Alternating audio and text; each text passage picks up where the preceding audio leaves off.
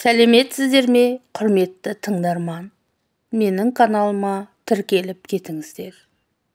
Әңгіменің жалғасы. Терең тыныстаған Елубай аз-кем уақыт байқастап тұрды да, бөрінің бойынан тіршілік нышаны байқалмаған соң, еппен басып жанына жақындады. Сілекейі шұбыра сілейген долы қаншықтың өлі жүзінен ашу ызаның ызғары әлі тарқай қоймапты. Кектене қарап кекшие қалған. Жан тапсырар алдында да жан ашуың тарқамапты ғой байғұс. Маңдайынан шым-шымдап аққан суық терді жейдесінің жеңімен сүрте салып, асығыс атына қонған Елубай бытырап кеткен малдарын қайырмалап бір жерге үйре бастады. Ақжол да шашау шыққан қойларды қақпайлап қуып шапқылап жүр. Елубай ат үстінде жүріп ақ қойларын көзімен түстеп түгендеп шықты. Қызылала қанға бөгіп, ішек қарны ақтарылып жатқан 6 саулықтан басқасы түгел сияқты. Семіздігінен әрең тұратын дәу қара, сегінің жер иіскеп жүретін май құйрығы тұтастай жоқ. Орнынан қан тамшылап тұр. Оны елең қылар ісек жоқ. Жайбарақат жайылып жүр. Еріксіз езу тартты. Ана құйрықты орап түскен тіс те қылғытқан кеңірдек те осал емес-ау. Күннің қызуы қайтып салқын түсе бастады. Терістіктен сусылдаған суық жел соғып, сумаңдаған сұр жыландай ысылдап ала жөнелді. Көңілі селкеу тартып, әлденеден секемдене берді. Үйге ертерек жетіп алайын деген оймен, қойларын алдына салып айдай жөнелді. Қос жанары алдындағы отарында болғанымен ойы онға бөлінген, санасы сансырап келеді.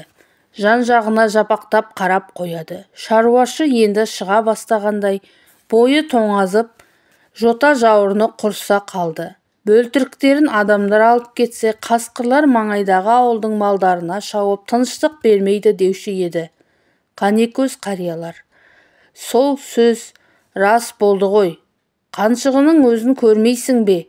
Ал ана арланы ше тула бойы дір ете түсті, маған не болған өзі?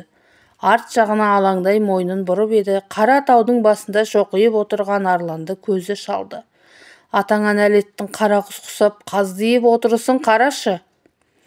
Арам қатырмай тыныштық жоқ-ау. Шақшадай басын шарадай еткен ауыр ойлардан арыла алмай, қой соңында шаң қуып келе жатқан Елубай. Кімді ойлап келесің деген ащы дауыстан селк етіп ат үстінен ауып түсе жаздады. Құдай қосқан қосағы Гүлғайша екен. Не болды саған қарадан қарап? Деді сықылықтап.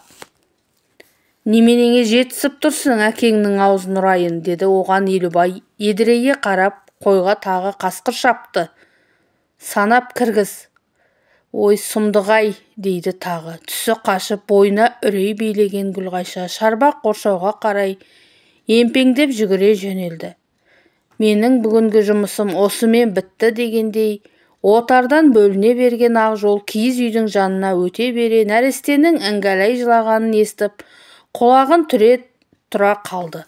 Дауысы үш жақтан шығатын сияқты, соны сезген кәрі төбет ағаш есіктің алдыңғы аяғымен тырналай ашып, зып беріп ішке кірді. Сәби іңгәсі енді тіптен анық естілді. Аузын жаппай шыр-шыр етеді. Ақжол бесікке тақап келіп, қалай жұбатарын білмей, мөлие қарап тұрып қалды. Бөбектің беті ашық жатыр. Мұны елең қылар емес. Қызарып, сазарып, шырылдап үдете түскен оған жаны ашыған ақылды төбет бесікті тұмсығымен ырғап-ырғап қозғалта бастады. Бала жылауын қояр емес. Ол енді оң аяғымен жайлап тербетті. Одан да ештеңе шыға қоймады. Әптен амалы құрыған Ақжол бір мезгілде тілін созып, ұшын жайлап сәбидің аузына тақады. Нәресте жылауын тас тиіп, емшек емгендей сорпылдата бастады. Дәл осы кезде үйге кірген Елубай баласының төбетінің тілін құшырлана сорып жатқанын көріп, талағы тарс айрылды. Әкеңнің аузын ұрайын, ендігі қалғаны осы еді, деп тап берді. Бірдеңе бүлдіргенін сезген Ақжол да жалт беріп есік жаққа қарай тұра қашты, бірақ құтыла алмады. Мылтықтың дүм жағы жон арқасына сарт ете түсті. Жан даусы шыға шаңқ ете қалған кәрі төбет қиралаң қағып табалдырықтан зорға аттады. Сазайыңды тарттың ба дегенде ежірейе қараған Елубай қайтадан шырылдап қоя берген сәбиіне тақап келіп, бесікті тербетіп ыңылдап ән айта бастады. Әлдей бөпешім, ұйықтай қойшы көкешім, нәресте шыр-шыр етіп шырылдауын қояр емес. Біреу қылғындырып жатқандай көгеріп сазарып іңгәлай берді.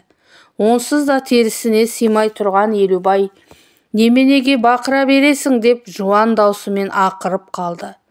Шошына діреткен бейкүнә нәресте әкесіне бажырая бір қарады да баж ете түсті. Күйеуінің соңына ала кірген Гүлғайша, осы сенің айғайыңды біледі деген, деді күңк етіп.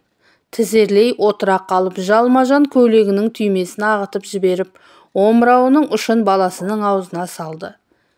Тер қысып таңдайы құрғап жатқан сәби анасының емшегін сорпылдатып сора бастады. Сен біліп қой қатын, тәрбие тал бесіктен басталады, деді Елубай төр алдындағы құс жастыққа жантая бере. Ертең кеш болады. Тәрбиесінің түрін Гүлғайша ернін сылп еткізді. Көп қыртпай тезірек шайыңды жаса, шыршып келдім, ертерек жатамын. Сен тамақ пен ұйқыдан басқа не білесің? Еріміз бар екенін мүлде ұмыттық қой түге. Әй әкең, тағы нені қопсылдатып тұрсың? Елубай әйеліне едірейе қарады. Мен не, ерігіп жүр дейсің бе? Осылай арсам-арсам шығып жүргені бала-шағаның қамы емес пе? Ал қатынның қамын кім ойлайды? Әй сайқал, мен білем сенің, бар ғой сенің ойың жаман. Нені білесің? Бәрін білемін, иттің баласы, Елубай ақырып қалды. Жап аузыңды әкең. Жанары жасқа толған Гүлғайша еппен тұрды да үн-түнсіз бұрылып кетті. Елубайдың басы жастыққа ерте тигенмен ойы әлденеге алаңдап, ұйқысы қашып кетті. Әйелі сыртқа шығып кеткен, дәуде болса ошаққа нан жауып жүрау. Әй күндіз түні бір тынбайды-ау, біз ақымақ осындай қатынды да бағаламаймыз ғой. Айтса айтқандай шынында да көңіл бөлмей кеттім-ау, қанша дегенмен нәзік жаратылыс есі емес пе? Аяладау, еркелетуді жылылықты аңсайдау. Айтса айтқандай 25 жылдан бері осы үйдің суымен кіріп, күлімен шығып келе жатқан қандай рахат көрді. Нендей сый-сияпат жасадым. Тым құрыса жылына бір көйлек әпермедім ғой.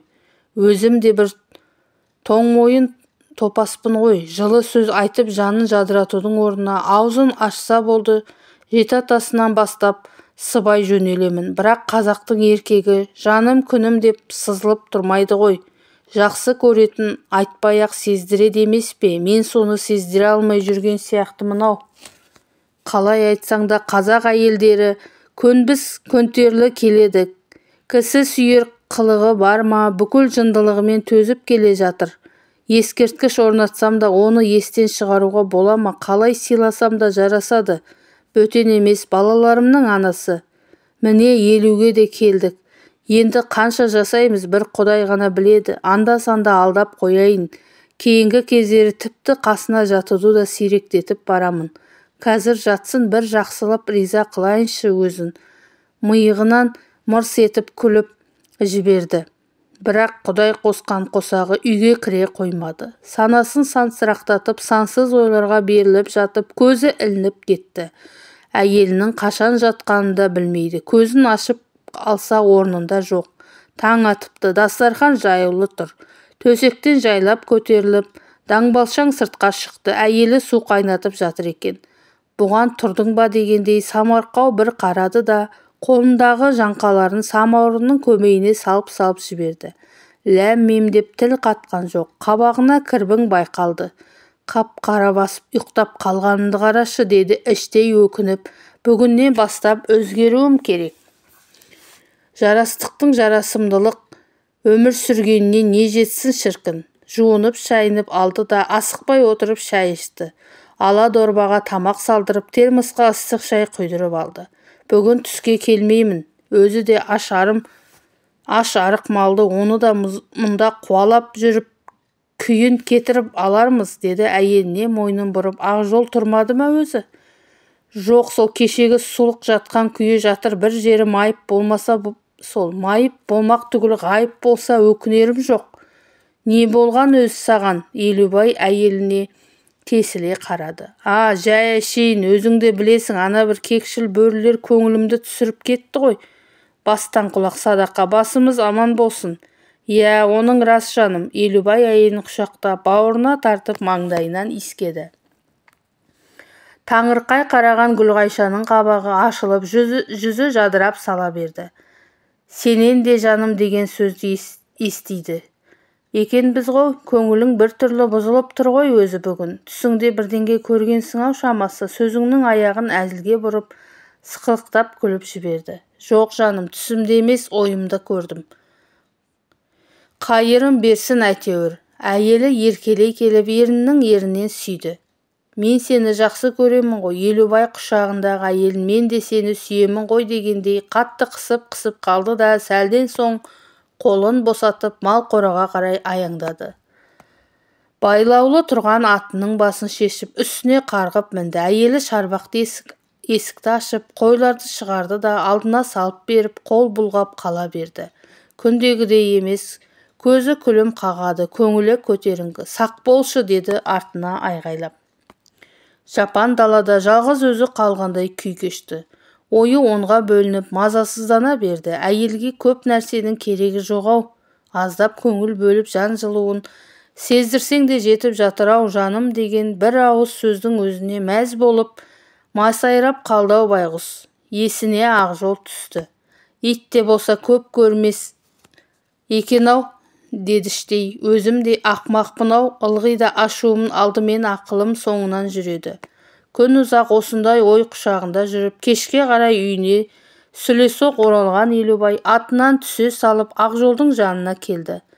Кәрі төбет алға қарай кесілген алдыңғы аяғына басып, сүйеген қалпы тырп етпестен жатыр. Судан шыққандай сүмпиіп сүмірейе түскен, алдына қойылған тамақ та сол күйі тұр.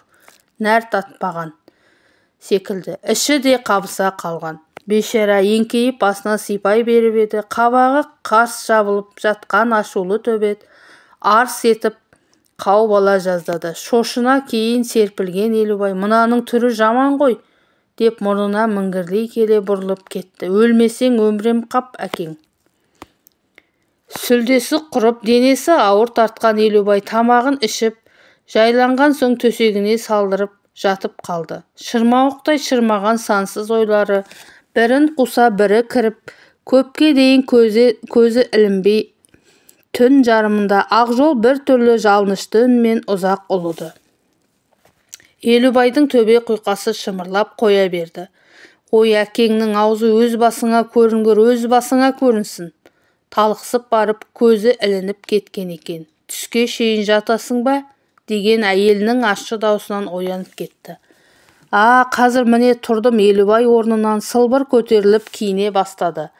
Басымның шағып тұрғанын қарашы, мен де бір түрлі жайсызданып тұрмын, деді Гүлғайша төсек орнын жинастырып жүріп. Ақжол өліп қалыпты. Не дейді?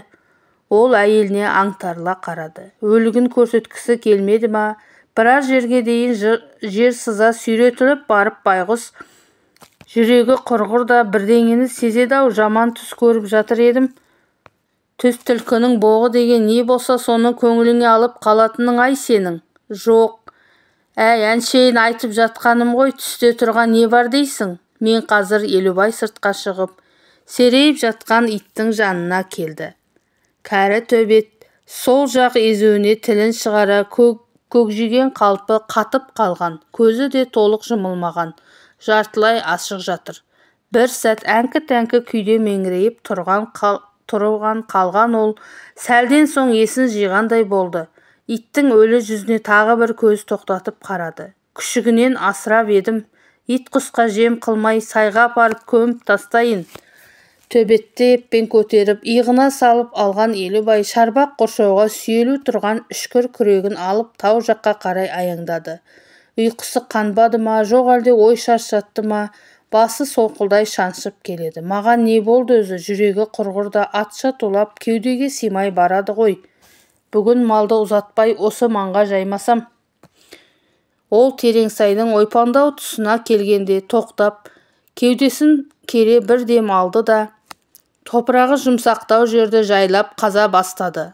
Тұла бойым бір түрлі үрей билеп, жайсыздана берді. Маңдайынан шып-шып тер шығып, денесі қызып жіпсіді де әп-сәттің ішінде кішкене шұңқыр қазып тастады. Оған иттің оң жақ бүйірімен жатқызып, шыққан топырағымен көме бастады. Сорғалай аққан ащы терін сүртіп алмақ боп, бойын тіктей берген кезде тау беткейінен өзіне қарай құлдилап келе жатқан көкжалды көзі шалды. Бүлкектей басып ентелеп келеді. Елубай алдыңгүні өзі қуған арланды жазбай танып, қапелімден естерін білмей қатты састы. Қашып құтыла алмасын да сезді. Қолындағы күрегін қыса ұстаған күйі мылтық ұқсатып, кезене шошаңдатып та көрді. Қасқыр қаймығар емес. Ешқандай қауіп қатердің жоқтығын іші сезетін сияқты. Бөрі адамның көзінен қорқады деуші еді. Елубай жанбаластап, оны ойнақшыған отты көзіне тіке қарады. Арланның аялдайтын түрі жоқ. Сұсы басым, жанарын тез тайдырып әкетті. Ажалымның жеткені жоқ, жоқ, мен Гүлғайша, балалар, жоқ, атама, деді күбірлеп. Жанарына жас іркіле, егі кемсеңдеді, көзі қарауытты, басы айналды, жүрегі алып ұшып, аузына тығылды. Сол мезет «Әке, есіңді жей» деген дауыс естілді. Шошына селк ете түсті. Осыдан 10 жыл бұрын құдыққа құла бөлген тұңғыш ұлының жан даусы. «Әке, есіңді жей», тау тасты жаңғырта даусы тағы қайталанды. Жан-жағына жалтақтай қарады. Ентелеп келе жатқан қасқырдан басқа көзіне ештеңе түсе қоймады. «Әке», арт жағына жалт бұрылған Елубай қарсы алдындағы қара таудың ұшар басынан тұрған баласын көрді. Шашы жалбырап кеткен, үстінде лыпасы жоқ, анадан жаңа туғандай тыр жалаңаш қол бұлғап шақырып тұрған сияқты. «Мұрат, Мұратым менің, сен тірі екенсің ғой». Ол ұмтыла беріп, етбеттей құлады. Бойын жиып тұра бергені сол еді. Ырылдап келіп, сол жақ иықтан ала түскен ашулы арлан ақсиған езу тістерін батырып жіберіп, күтір-күтір еткізді де жұлқылай тартып қалды. Үсті басын қан жуып кеткен Елубай есі шыға еңсерген күйі тізерлеп отыра қалды. Көзінің алды тұмандатып, дүние төңкеріліп бара жатқандай көрінді. «Мұрат, Мұратым менің», ернін ғана жыбырлатуға шамасы келді. Иіле беріп, ет бетінен құлап түсті. «Мұрат!» Аузын қандап, алақтап кекшіл көкжал буы бұрқыраған жас етке тұмсығын тығып қомағайлана асап-асап жіберді де, «Есем қайтты ғой, осы да жетер» дегендей, жаймен көткеншектей беріп жалт бұрылды да, бүлектей басып жорта жөнелді. Жан-жағына жалтақтай зытып бара жатқан түз тағзысына көк тәңірі нағылет айтқандай қабағын түйіп түнере түскен Тереңсайдың ішінде ішек қарны ақтарылып, қан жоса болған өлікке қарауға дәті шыдамағандай, оян күн ақша бұлттың арасына сіңіп, жүзін жасырды. Бар сырын ішіне бүккен паң дала, маңқиған қалпы маңғаздана қалған. Үп еткен жел жоқ, өлі тыныштық. Бұза қарқылдай күлген қара қарғалар ғана далпылдап ұшады. Солайша көкжал Елубайды қан жоса етіп, өшін алып, жөніне кете берді.